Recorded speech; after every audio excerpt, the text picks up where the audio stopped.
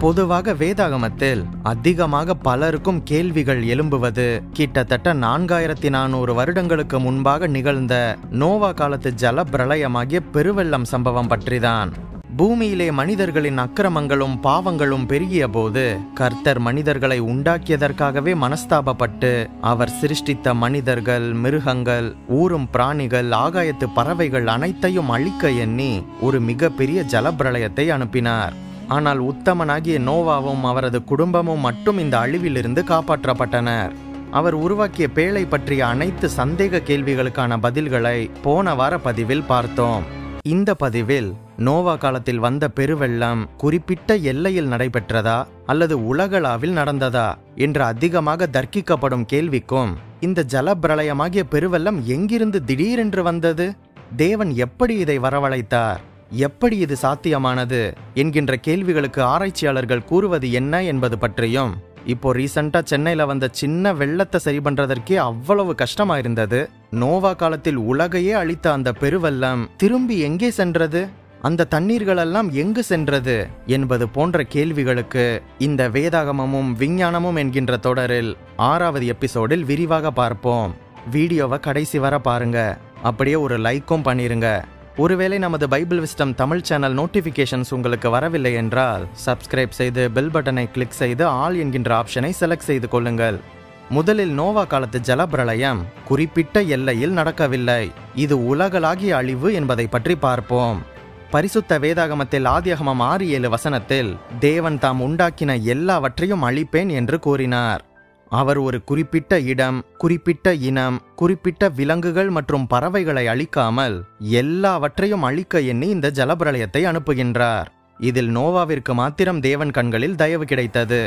இந்த நோவாவின் குடும்பத்தை காப்பாற்ற எண்ணி அவரிடம் ஒரு பேழையை உருவாக்க சொல்வதை ஆதியாகமம் 6:14 பார்க்கின்றோம். ஒருவேளை தேவன் ஒரு குறிப்பிட்ட இடத்து மக்களை மட்டும்தான் அழிக்க வேண்டும் என்று நினைத்திருந்தால் நோவாவிடம் ஒரு பெரிய பேழையை உருவாக்க சொல்வதற்கு பதிலாக வெள்ளம் வராத ஒரு இடத்திற்கோ அல்லது வேறு ஒரு தேசத்திற்கோ அவரது குடும்பத்தை மட்டும் அனுப்பியிருக்கலாம் அல்லவா? ஏனென்றால் சோதோம் கொமோரா பட்டணங்களை தேவன் அழிக்கும் போது லோத்திடம் அவ்வாறு கூறியதை ஆதியாகமம் 19:17 வசனத்தில் நாம் பார்க்கின்றோம். ஆனால் நோவாவிடம் தேவன் அப்படி கூறாமல் ஒரு மிகப்பெரிய பேழையை உருவாக்க கூறியதன் அவசியம் என்ன? இந்த பெரு வெள்ளமானது மலைகளை எல்லாம் மூடும் அளவிற்கு மேலே உயர்ந்து எழுந்தது. இந்த உயரத்திற்கு வெள்ளம் வர வேண்டும் என்றால் கண்டிப்பாக அது உலகளாவிய மாபெரும் ஜலப்பிரளயமாகத்தான் இருந்திருக்க வேண்டும் என்று நாம் ஈஸியாக புரிந்து கொள்ள முடியும். அதுபோக ஆதியாகமம் 9:17 வசனத்தில் தேவன் இனி இது போல ஒரு ஜலப்பிரளயத்தினால் உலகினை அழிப்பதில்லை என்று நோவாவிடம் ஒரு உடன்படிக்கை பண்ணுகின்றார். அந்த உடன்படிக்கையின் அடையாளமாக வானவில்லை, ரெயின்போவை வானத்தில் வைக்கின்றார். இதிலிருந்தே நாம் புரிந்து கொள்ள முடியும், தேவன் ஒரு குறிப்பிட்ட எல்லைக்கு மட்டும் பெருவெள்ளத்தை வரவைக்காமல் அது ஒரு உலகளாவிய அழிவாக இருந்திருக்கின்றது என்பதை. ஏனென்றால் இன்றைக்கு உலகளவில் ஒரு குறிப்பிட்ட எல்லைக்குள்ளாக பல வெள்ளப்பெருக்குகள் ஏற்பட்டு கொண்டு இருக்கின்றன. 1931ஆம் ஆண்டு சைனாவில் உள்ள மஞ்சள் ஆற்றில் ஏற்பட்ட வெள்ளப்பெருக்கினால் 40 லட்சம் மக்கள் உயிரிழந்தனர். 1949இல் கௌதமாலா நாட்டில் ஏற்பட்ட வெள்ளப்பெருக்கினால் 40,000 மக்கள் உயிரிழந்தனர்.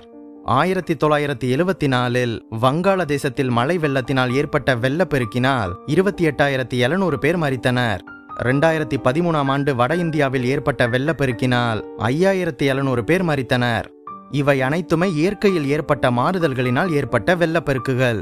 ஆனால் இந்த நோவா காலத்து ஜலப்பிரளயம் இந்த இயற்கையினால் ஏற்பட்ட வெள்ளப்பெருக்கை போல அல்லாமல் அது ஒரு தனித்துவமான ஜலப்பிரளயமாக இருந்தது என்பதில் சந்தேகமே இல்லை. சரி, அடுத்ததாக இந்த பெருவெள்ளம் எங்கிருந்து வந்தது, இந்த ஜலப்பிரளயம் எங்கிருந்து தோன்றியது என்பதை பற்றி பார்ப்போம். பூமியில் உலகளாவிய ஜலப்பிரளயம் ஏற்படவில்லை என்று விதண்டாவாதம் செய்பவர்கள் முதலாவதாக எழுப்புகின்ற ஒரே கேள்வி என்னவென்றால், இந்த பூமியில் உள்ள மலைகள் எல்லாம் மூழ்கும் அளவிற்கு வெள்ளம் எங்கிருந்து வந்தது என்பதுதான். இவர்கள் மழையினால் மட்டுமே பெருவெள்ளம் வந்தது என்று சிந்திப்பதே இப்படி ஒரு கேள்வி எழும்புவதற்கு காரணம். இந்த ஜலப்பிரளயமாகிய பெருவெள்ளம் எங்கிருந்து வந்தது என்பதை பற்றி நமது பரிசுத்த வேதாகமம் தெளிவாக குறிப்பிடுகின்றது. ஆதியாகமம் 7, 11, 12 வசனங்களில் மகா ஆழத்தின் ஊற்றுக்கண்கள் எல்லாம் பிளந்தன, வானத்தின் மதகுகளும் திறவுண்டன, 40 நாள் இரவும் பகலும் பூமியின் மேல் பெருமழை பெய்தது என்று சொல்லப்பட்டுள்ளது. பார்த்தீர்களா? மழையினால் மட்டுமல்ல, ஆழத்தின் ஊற்றுக்கண்கள் திறந்ததினாலும் இந்த ஜலப்பிரளயம் ஏற்பட்டது என்று இந்த வசனங்களின் மூலம் நாம் அறிந்து கொள்கின்றோம். இது எப்படி சாத்தியம்? இது குறித்து விஞ்ஞானத்தின் அடிப்படையில் பல கருத்துக்களையும் ஆராய்ச்சியாளர்கள் என்ன கூறுகின்றனர் என்பதை பற்றியும் ஒவ்வொன்றாக பார்ப்போம். முதலில் நீர்க்குடை படல கொள்கை. இந்த நோவாவின் ஜலப்பிரளயமானது ஏற்படுவதற்கு முன்பாக பூமியை சுற்றிலும் குடை போன்ற ஒரு நீர்ப்படலம் ஒன்று இருந்தது. இந்த படலமானது பூமியை தீங்கு விளைவிக்கும் கதிர்வீச்சிலிருந்து பாதுகாத்தது. இந்த படலம் இருந்தபோது பூமியின் வளிமண்டல அழுத்தமானது, அதாவது அட்மாஸ்பெரிக் பிரஷர் அதிகமானதாக இருந்தது. ஆக்சிஜனின் அளவும் அதிகமானதாக இருந்தது. இதனால்தான் ஜலப்பிரளயத்திற்கு முன்பாக மனிதனின் ஆயுள் காலம் பல 100 வருடங்களாக இருந்தது.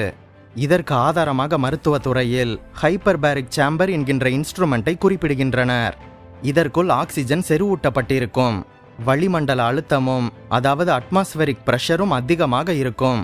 இதை வைத்து மனிதர்களுக்கு ஏற்படும் காயங்களை மிக விரைவில் குணப்படுத்த முடியும். மேலும் இது போன்ற ஒரு மாதிரியை உருவாக்கி இதற்குள் ஒரு தக்காளி செடியை வளர்த்து அதை ஆய்வு செய்ததில் அந்த தக்காளி செடி 2 ஆண்டுகளில் 16 அடி உயரம் வளர்ந்ததாம். அதுபோக 930 தக்காளிகளையும் கொடுத்ததாம். இந்த ஆராய்ச்சியிலிருந்து பூமியை சுற்றி இப்படி ஒரு படலம் இருந்ததுதான் ராட்சத உருவம் கொண்ட விலங்குகள், மனிதர்கள் இருந்ததற்கு காரணம் என்று ஆராய்ச்சியாளர்கள் கூறுகின்றனர். இந்த நீர்க்குடை படலமானது உடைந்ததினால் அது ராட்சத மழையாக பூமியின் மேல் பெய்து பெருவெள்ளத்தை உருவாக்கியது என்று கணிக்கின்றனர். அடுத்ததாக பூமியின் அச்சில் மாற்றம் பற்றி பார்க்கலாம். தொல்காந்தவியல் பாலியோ மேக்னட்டிசம் என்பது பாறைகள், படிமங்கள் மற்றும் புதை பொருட்களில் பூமியின் காந்த புலனை ஆராயும் ஒரு விஞ்ஞான பிரிவு. இந்த துறையில் நடத்தப்பட்ட ஆய்வின்படி பூமியானது முன்பாக ஒரு அச்சில் சுழன்று கொண்டிருந்ததென்றும் பின்பு அந்த அச்சில் மாற்றம் ஏற்பட்டது என்பதையும் ஆராய்ச்சியாளர்கள் கண்டுபிடித்துள்ளனர். இந்த அச்சு மாற்றமே ஜலப்பிரளயத்திற்கு மிக பெரிய காரணம் என்று பல விஞ்ஞானிகள் கூறுகின்றனர். குறிப்பாக டாக்டர் விக்டர் பியர்ஸ் என்பவர் தன்னுடைய எவிடன்ஸ் ஃபார் ட்ரூத் சயின்ஸ் என்கின்ற புஸ்தகத்தில் இதை பற்றி தெளிவாக கூறியிருக்கின்றார். இதை அடிப்படையாக வைத்து ஒரு சில உண்மைகளை நான் இங்கு சுட்டிக்காட்ட விரும்புகின்றேன். இந்த விக்டர் பியர்ஸ் தனது புஸ்தகத்தில் 14 விதமான விஞ்ஞான ஆய்வுகளின்படி பூமியின் அச்சு மாற்றத்தினால்தான் இந்த ஜலப்பிரளயம் ஏற்பட்டது என்று நிரூபிப்பதாக குறிப்பிடுகின்றார். இந்த அச்சு மாற்றம் எப்படி ஒரு ஜலப்பிரளயத்தை உருவாக்கும் என்கின்ற ஒரு கேள்வி உங்களுக்குள் எழும்பும். அது எப்படி என்பதை பற்றி பார்ப்போம். நமது பூமியானது ஒரு குறிப்பிட்ட அச்சை மையமாக வைத்து தன்னைத்தானே சுற்றி கொண்டு சூரியனையும் சுற்றி கொண்டு வருகின்றது. அது தன்னைத்தானே சுற்றும் போது பூமத்திய ரேகையில், அதாவது ஈக்குவேட்டாரில் சமுத்திரத்தின் நீரானது சற்று உயரமானதாக இருக்கும். இதற்கு மைய உந்து விசை, அதாவது சென்ட்ரிஃபியூகல் ஃபோர்ஸ் தான் காரணம். ஒரு எடுத்துக்காட்டு சொல்கின்றேன். நீங்கள் ஒரு வாளியில் தண்ணியை நிரப்பிக்கொண்டு அதை வேகமாக சுற்றுங்கள். அப்போது வாளியில் உள்ள தண்ணீர் மையத்தில் தாழ்ந்தும் வாளியின் ஓரத்தில் உயர்ந்தும் காணப்படும். இதற்கு காரணம் சென்ட்ரிஃபியூகல் ஃபோர்ஸ் தான். இப்போது அந்த வாளியை நீங்கள் சுற்றி கொண்டிருக்கும் திசையிலிருந்து வேறொரு திசைக்கு திடீரென்று மாற்றி பாருங்கள். என்ன நடக்கும்? வாளியில் உள்ள தண்ணீர் வெளியே சிதறி தெரிக்கும் அல்லவா? அதே போலத்தான் பூமியானது ஒரு குறிப்பிட்ட அச்சில் சுற்றி கொண்டிருக்கும் போது அதன் அச்சு மாற்றப்படுகின்றது. இதனால்தான் சமுத்திரத்தில் உள்ள தண்ணீர் தரையை நோக்கி பாய்ந்து ஜலப்பிரளயத்தை ஏற்படுத்துகின்றது. அதுபோக கடலுக்கு அடியில் ஏற்படும் சில அதிர்வுகள் கூட ஆழி பேரலைகளை உருவாக்கி பெரிய அழிவுகளை ஏற்படுத்துவதை நாம் பார்த்திருக்கின்றோம். இப்படியாக இருக்கும்போது இந்த அச்சு மாற்றத்தினால் ஏற்படும் அழிவை நாம் கற்பனை கூட செய்து பார்க்க முடியாது. ஏனென்றால் அது அவ்வளவு மோசமானதாக இருக்கும். நமது பூமியானது 1/3 பங்குதான் நிலமாக உள்ளது. மற்ற பகுதிகள் நீரினால் சூழப்பட்டிருக்கின்றது. பூமத்திய ரேகையில், அதாவது ஈக்குவேட்டாரில் சமுத்திரமானது மணிக்கு 1000 மைல் வேகத்தில் பூமியுடன் இணைந்து சுற்றி கொண்டிருக்கும். அப்போது திடீரென்று பூமியின் திசை மாற்றப்பட்டால் உடனே சமுத்திரத்தின் திசை மாற்றியமைக்கப்படாது. மாறாக அது அதே வேகத்தில் அதே திசையிலேயே பாயும். இப்படி சமுத்திரத்தின் நீர் 1000 மைல் வேகத்தில் நிலத்தில் பாய்ந்தால் அதன் அழிவு எப்படி இருக்கும்? அது எளிதாக மலை உச்சியில் ஏறிவிடும். இதைத்தான் நமது வேதாகமத்தில் சங்கீதக்காரன் மலைகளில் ஏறி பள்ளத்தாக்குகளில் இறங்கி நீர் அவைகளுக்கு ஏற்படுத்தின இடத்தில் சென்றது என்று சங்கீதம் 104:8 வசனத்தில் குறிப்பிடுகின்றார். இப்படிப்பட்ட ஒரு விஞ்ஞான குறிப்பை சாதாரண ஒரு சங்கீதக்காரன் குறிப்பிட்டது ஆச்சரியமாக இருக்கின்றதல்லவா? இதை அந்த சங்கீதக்காரருக்கு வெளிப்படுத்தியது நமது தேவன்தான். இப்படியாக சமுத்திரத்தின் நீர் 1000 மைல் வேகத்தில் வந்தால் அதன் இரைச்சலை 1000 மைல் தூரத்திற்கு அப்பால் கூட கேட்க முடியுமாம். இன்னொரு உண்மை தெரியுமா? கடலில் உள்ள எல்லா நீரையும் நீங்கள் எடுத்து பூமியின் மேல் ஊற்றினால் சுமார் 3.25 கிலோமீட்டர் உயரத்திற்கு பூமியை நீரினால் மூடிவிட முடியும். இதிலிருந்து என்ன தெரிகின்றது? நோவா காலத்தில் ஏற்பட்ட ஜலப்பிரளயத்தில் கடலில் இருந்து வெளியே வந்த நீரும் கூட பெரும் பங்கு வகித்ததை நாம் அறிந்து கொள்ள முடிகின்றது. 1997ஆம் ஆண்டு நியூ சயின்டிஸ்ட் என்கின்ற பத்திரிகை வெளியிட்ட செய்தியில் சமுத்திரத்து நீரை காட்டிலும் அதிகமான நீர் பூமிக்கடியில் இருக்கின்றது என்று குறிப்பிடப்பட்டுள்ளது. ஆகவே நோவா காலத்தில் ஏற்பட்ட ஜலப்பிரளயத்தில் மழை நீர் மற்றும் கடல் நீரோடு சேர்த்து பூமிக்கு அடியில் இருந்த நீரும் இணைந்து பெரும் அழிவை உருவாக்கி இருக்கின்றது என்பதை நாம் புரிந்து கொள்ள முடிகின்றது. பூமியின் மைய பகுதியில் ஏற்பட்ட அழுத்தம் மற்றும் பூமியில் ஏற்பட்ட அதிர்வுகளினால் பூமிக்கு அடியில் இருந்த நீரும் பீரிட்டு வெளியே வந்தது என்று ஆராய்ச்சியாளர்கள் கூறுகின்றனர். அதைத்தான் நமது வேதாகமத்தில் ஆதியாகமம் 7:11 வசனத்தில் மகா ஆழத்தின் ஊற்றுக்கண்கள் எல்லாம் பிளந்தன என்று கூறியிருப்பதை நாம் பார்க்கின்றோம். இப்போது ஒரு கேள்வி, இந்த பூமியின் அச்சானது இப்படி மாறுவதற்கு சாத்தியக்கூறுகள் உண்டா என்பதுதான். அண்மையில் நாசா வெளியிட்டிருக்கின்ற ஆய்வு அறிக்கையில் பூமியின் துருவங்களில் உள்ள பனிப்பாறைகள் உருகுவதால் ஏற்படும் மாற்றத்தினால் பூமியின் சுழற்சி அச்சில் மாற்றம் ஏற்படுகின்றது என்பதை குறிப்பிட்டிருக்கின்றது. இது மிகச்சிறிய அளவில் இருப்பதால் எந்த பாதிப்பும் ஏற்படவில்லை. ஆனால் நோவா காலத்து ஜலப்பிரளயத்தின் போது பூமியின் அச்சு 23.5 டிகிரி அளவிற்கு மாற்றமடைந்தது. அதனால்தான் அவ்வளவு பெரிய மாபெரும் அழிவு ஏற்பட்டது என்று ஆராய்ச்சியாளர்கள் கணிக்கின்றனர். அடுத்த கேள்வி, இந்த பூமியின் அச்சு திடீரென்று எப்படி மாறும் என்பதுதான். இதற்கு வேதாகமத்தை நம்பும் விஞ்ஞானிகள் கூறும் பதில் என்னவென்றால், விண்வெளியிலிருந்து பூமியின் மேல் விண்கல்லோ அல்லது மிகச்சிறிய துணைக்கோளோ மோதி இருக்கலாம் என்று கூறுகின்றனர். இந்த மோதலினால் பூமியில் மாபெரும் அதிர்வுகளும் அச்சு மாற்றமும் நிகழ்ந்து இந்த மாபெரும் ஜலப்பிரளயத்தை உண்டாக்கி இருக்கலாம் என்று கருதுகின்றனர். இந்த அழிவு தேவாதி தேவனால் நிகழ்த்தப்பட்டது. அவர் பூமியிலிருந்து மட்டுமல்லாமல் வான்வெளிகளையும் இந்த அழிவிற்கு பயன்படுத்தி இருக்கலாம் அல்லவா? ஏனென்றால் அவர் சோதோம் கொமோராவை அழிக்க வானத்து அக்கினியை பயன்படுத்தினார் என்று பார்க்கின்றோம். அதே போல இந்த நோவா காலத்து ஜலப்பிரளயத்திலும் கூட வான்வெளி தாக்குதலையும் அவர் பயன்படுத்தி இருக்கலாம். அதுபோக பூமியின் அச்சு மாறியதற்கான பல ஆதாரங்களை ஆய்வாளர்கள் முன்வைக்கின்றனர். அவற்றில் மிகவும் முக்கியமானது உலகம் முழுவதிலும் காணப்படும் படிமப்பாறைகள் அடங்கிய கடற்கரைகள், அதாவது ஃபாசில் பீச். பூமியின் அச்சு மாறியதினால் ஜலப்பிரளயத்திற்கு பிறகு பூமியின் பல இடங்களில் வெட்டாந்தரையாக இருந்த பகுதிகள் சமுத்திரமாகவும் சமுத்திரமாக இருந்த பகுதிகள் வெட்டாந்தரையாகவும் மாறியது. இந்த படிமப்பாறைகள் அடங்கிய கடற்கரைகள் சிலர் கூறுவது போல கொஞ்சம் கொஞ்சமாக உருவாகவில்லை. ஏனென்றால் ஒரு பொருள் படிமமாக அது திடீரென்று புதைய வேண்டும். அப்போதுதான் அது அழுகாமல் சிதையாமல் படிமமாக மாற முடியும். மேலும் கடற்கரையில் கொஞ்சம் கொஞ்சமாக படிமப்பாறைகள் உருவாகி கொண்டிருந்தால் கடல் அலைகளினால் அவைகள் அழிந்து போய்விடும் அல்லவா? பல படிம கடற்கரை பாறைகள் இந்த ஃபாசில் பீச் கடல் மட்டத்திலிருந்து சுமார் 60 முதல் 100 அடி உயரம் வரை இருக்கின்றது. எனவே கடலினால் அவ்வளவு உயரத்திற்கு படிமங்களை சேர்த்திருக்க முடியாது. அவைகள் ஒரு காலத்தில் கடலுக்குள் இருந்தன. பின்பு அச்சு மாற்றத்தினால் சமுத்திரம் மாற்றமடைந்தது. அப்போது அவைகள் வெளியே தென்பட்டன. இவை அனைத்துமே அச்சு மாற்றம் மற்றும் ஜலப்பிரளயத்திற்கான ஒரு மிகப்பெரிய ஆதாரமாக இன்றும் கூட இருக்கின்றது. சரி, இப்போது இந்த ஜலப்பிரளயமாகிய பெருவெள்ளம் திரும்பி எங்கே சென்றது என்கின்ற கேள்வி பற்றி பார்ப்போம். இந்த நோவா காலத்து ஜலப்பிரளயத்தை குறித்து சந்தேகப்படுபவர்கள் முக்கியமாக எழுப்புகின்ற கேள்வி, ஜலப்பிரளயத்தின் போது வந்த வெள்ளம் எங்கே திரும்பி சென்றது என்பதுதான். இவர்கள் மழையினால் மட்டுமே வெள்ளம் வந்தது, பின்னர் ஆவியாக மேலே சென்றது என்று நினைப்பதால் தான் இந்த கேள்வியே அவர்களுக்கு வருகின்றது. உயரமான மலைகளே மூழ்கும் அளவிற்கு இருந்த பெருவெள்ளம் அனைத்துமே ஆவியாகி மேலே செல்ல விஞ்ஞானபூர்வமான சாத்தியக்கூறுகளே இல்லை.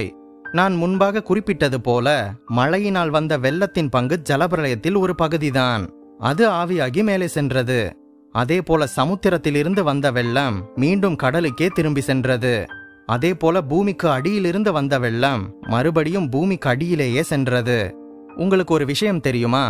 இன்றைக்கு பூமியின் துருவங்களில் பூமி முழுவதையுமே வெள்ளத்தினால் மூடும் அளவிற்கு வெள்ளமானது பனிக்கட்டி வடிவில் இருக்கின்றது என்று கூறுகின்றனர். எனவேதான் சுற்றுப்புற சூழல் ஆய்வாளர்கள் பூமி வெப்பமாகுதல், அதாவது குளோபல் வார்மிங் குறித்து எச்சரிக்கின்றனர். பூமி வெப்பமடைந்தால் அந்த பனிக்கட்டிகள் உருவி பல நிலப்பரப்புகளை கடலுக்குள் அமிழ்த்திவிடும். ஆராய்ச்சியாளர்கள் என்ன கூறுகின்றார்கள் என்றால், நோவா காலத்து ஜலப்பிரளயத்தின் போது வந்த வெள்ளத்தில் ஒரு பகுதி பனிக்கட்டிகளாக மாறியிருக்கவும் வாய்ப்புள்ளது என்று கணிக்கின்றனர். இப்படியாக இந்த ஜல பிரளயத்தை உருவாக்கிய தேவன் மீண்டும் அவைகள் நிலத்திற்கு வராதவாறு கட்டளை கொடுத்திருக்கின்றார். யோபு 38:11 இம்மட்டும் வா, மிஞ்சி வராதே, உன் அலைகளின் பெருமை இங்கேயே அடங்க கடவது என்று கூறியிருக்கின்றார். அதுபோக சங்கீதம் 104:8-9 அவைகள் மலைகளில் ஏறி பள்ளத்தாக்குகளில் இறங்கி நீர் அவைகளுக்கு ஏற்படுத்தின இடத்தில் சென்றது. அவைகள் திரும்பவும் வந்து பூமியை மூடிக்கொள்ளாதபடிக்கு கடக்காமல் இருக்கும் எல்லையையும் அவைகளுக்கு ஏற்படுத்தினீர் என்று சொல்லப்பட்டிருப்பதை நாம் பார்க்க முடியும். இப்படியாக இந்த வசனங்களின் மூலம் தேவன் நோவா காலத்தில் ஏற்பட்டது போல ஜலப்பிரளயத்தை, அப்படிப்பட்ட ஒரு பெரு வெள்ளத்தை திரும்பவும் ஒரு இடத்திற்கு அனுப்பி பூமியையே அழிக்கும் அளவிற்கு ஒரு பெரிய வெள்ளம் மீண்டும் வராதபடிக்கு அவைகளுக்கு எல்லையை குறித்திருக்கின்றார் என்பதை நாம் அறிந்து கொள்ள முடிகின்றதல்லவா?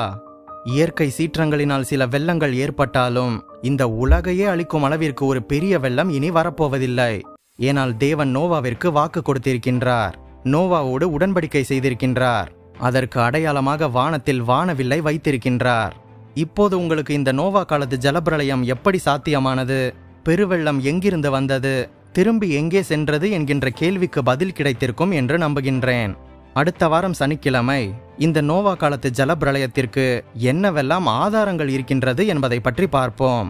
நம் பைபிள் விஸ்டம் தமிழ் சேனலுக்கு உங்களால் முடிந்த உதவியை செய்யுங்கள். இந்த வீடியோவையும் நமது சேனலையும் உங்கள் கிறிஸ்தவ நண்பர்களுக்கு அறிமுகம் செய்யுங்கள்.